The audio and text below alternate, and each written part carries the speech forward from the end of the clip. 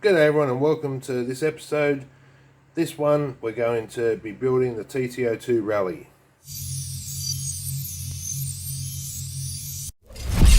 So I'm not going to go through this as a step-to-step tutorial because I've already done that on the Lancer. If you want to go back, check that out.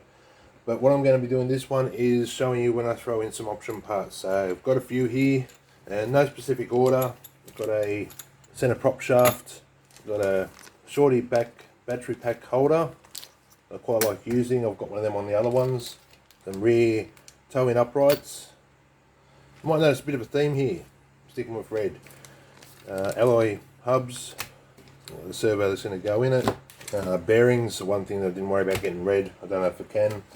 I found this skid plate for the front. I'm not sure if I'll use it or if I'll have a look. I'll see how that looks when it goes on. I do have an adjustable turnbuckle set for the steering, but I've got another set that's in red coming because the one bit I thought I ordered, but obviously I didn't, was the red alloy steering set. So that's, you won't see that in this one, but by the time it's finished you'll see it. Red CVDs, once again I'm not 100% sure if I'm going to use them all the way around or if I'm going to use some of the thinner ones from Yeah Racing. That's a bit of an unknown yet. Also got one of these graphite plates to go under the steering to stop stones getting under there. I do have a graphite bumper mount, but I'm unsure whether this car will get it or whether I'll leave that for the racing ones. I've got these carbon shock towers. You'll see when I get them out, they've actually got some extra holes up here for longer shocks, because the other thing I haven't got for this car yet is the shocks. So once I've built and seen how far the droop can go, then I'll measure up the distance and get the right shocks, because I'm not sure how long it'll be. Also a few other bits and pieces. Got a spare set of wheels for a aftermarket set of tyres that have a different tread pattern, just to see how they go.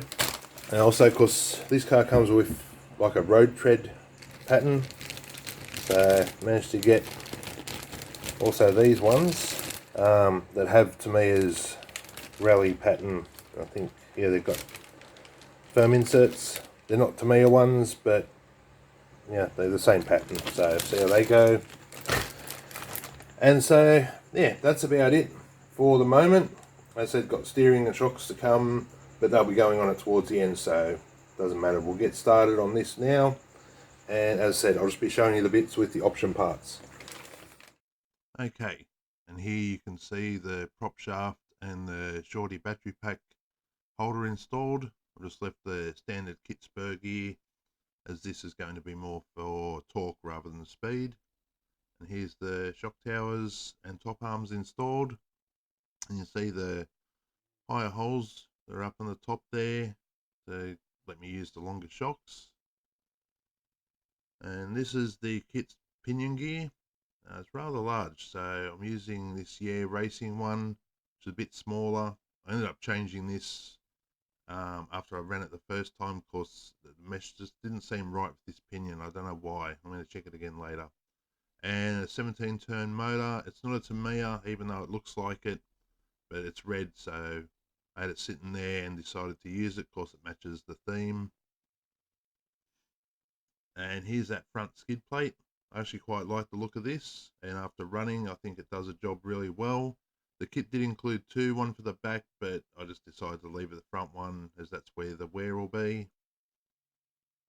And here you can see the uprights are installed and drive shafts.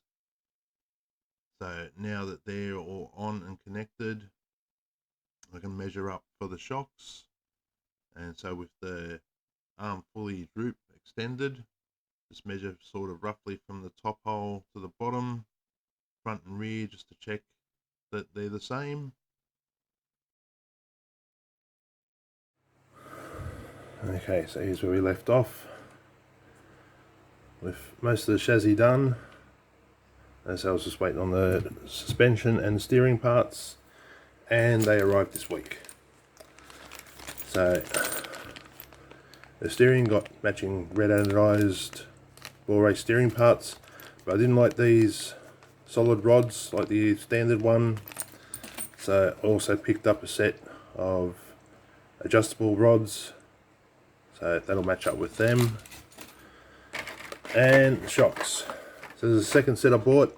I don't know where I put the first ones. The first ones I got were red anodized as well, but they turned up and they were more, instead of being 1/10, they look more like 1/18 scale.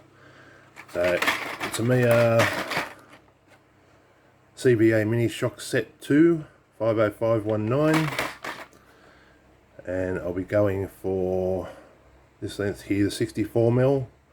That should line up nicely with the suspension mount, and this seems to give the most amount of shock shaft travel, which is what I'm looking for. So got two sets of them. So let's get them mounted on the car. And here's the steering. All's very nice. Took a bit to get everything adjusted so that the front end track is fairly straight. Okay, after a bunch of mucking around, the shocks and body mounts are on. I had to do body mounts because it's sort of in the way where the shocks are.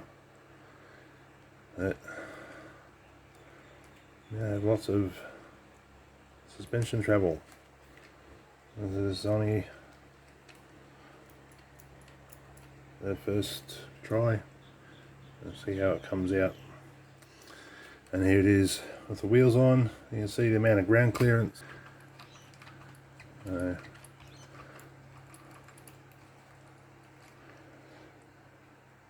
I think it's going to go a lot better, and thankfully once again I've got pre-cut wheel arches, so this is going to be a nice easy cutout job. There's a few other bits and pieces, so I didn't even think about all the body parts when I was doing it. So naturally, to go with a rally car, I've got the rally car cockpit set, the TT-02 cover set, chassis cover set to protect it against dirt and that completely. And I picked up this roll cage set from Refitting Infinite. So it's basically a roll cage for the interior. Okay, and here's the body set all painted. Just a pretty easy job of painting it white. The only thing you have to do is mask out this front bit for the black, and the driver's cockpit as far as it is along, and there's all the lovely stickers that are about to be applied to this body. So here's the interior all finished. Got the receiver in there, the fan mounted above the motor, everything's ready to go as far as that bit is concerned. Here's the chassis cover, just a basic black paint job. Just had to velcro the sides and put on the fenders, and left this cutout here, which isn't standard, for the air scoop to get some more air in there. You can see here, just pokes through nicely there. And here's the body and driver cockpit all done. Not a perfect job, but for a little rally car that's going to be racing around, I'm pretty happy how it all turned out. And here it is mounted on the car. So now that it's all done, let's get this thing outside and see how it performs.